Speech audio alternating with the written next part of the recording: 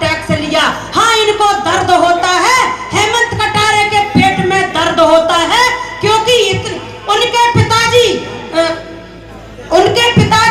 या गृह मंत्री तक रह चुके हैं। तब आपने अटेर देखा होगा क्या विकास किया, तो वो विकास की तो बात कर नहीं पाएंगे क्योंकि उनमें हिम्मत ही नहीं है। न उन्होंने किया और न उनके पिताजी ने किया।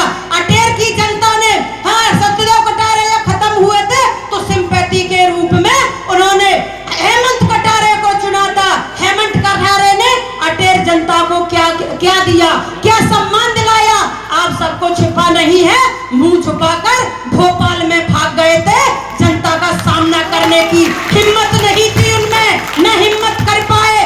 आज फिर जैसे बारिश में मेंढक के निकल आते हैं, टरटराते हैं, उस तरीके से आपके भी उनको शर्म आनी चाहिए। किस मुंह से क्षेत्र में जाकर दद्दा टैक्स की बात करते हैं। कुछ जैसा मन में आता है वैसा। और पहले मैं जब कहती हूँ कि अगर हम किसी की तरफ एक उंगली करते हैं तो 3 उंगली हमारे तरफ इशारा करती है, वही मैं हेमंत कटारे से कहना चाहती हूँ। आपने एक उंगली दद्दा के ऊपर उठाई है तो आप देखिए 3 गुना दद्दा का तो मुकाबला करने की आप में हिम्मत नहीं है।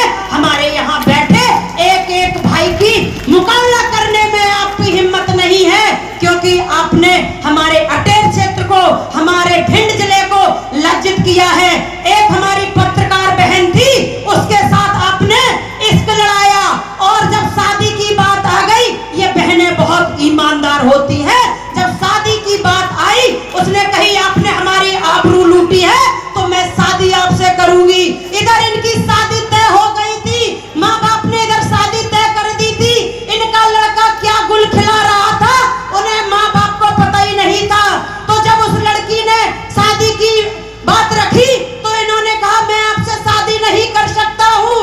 तो उस लड़की ने कहा अगर शादी नहीं कर सकते हो तो मुझसे अब शादी कौन करेगा। मेरी इज्जत आपने लूटी, आबरू आपने लूटी, अब मैं कहीं की नहीं रही हूँ, बताओ मेरा क्या होगा। मैं भी शादी नहीं करूंगी, मेरी रहने की व्यवस्था करो और मुझे इतने पैसों की व्यवस्था करके मुझे घर दिलवाओ और मेरी रोजी रोटी की व्यवस्था आपको करनी पड़ेगी। उसको बहला फुसला कर इन्होंने कहा कि आप वहां मिलना, फलाने जगह मिलना, मैं तुमको पैसे दूंगा, उससे तुम घर बनवाना और अपने रहने की व्यवस्था करना। देखिए साथियों, छलावा और धोखे की तस्वीर इनके अंदर देखिए।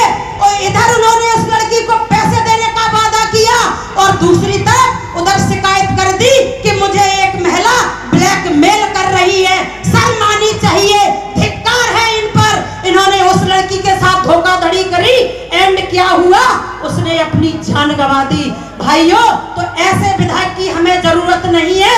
इधर अब मैं बात करती हूँ अरविंद भदौरिया की। आप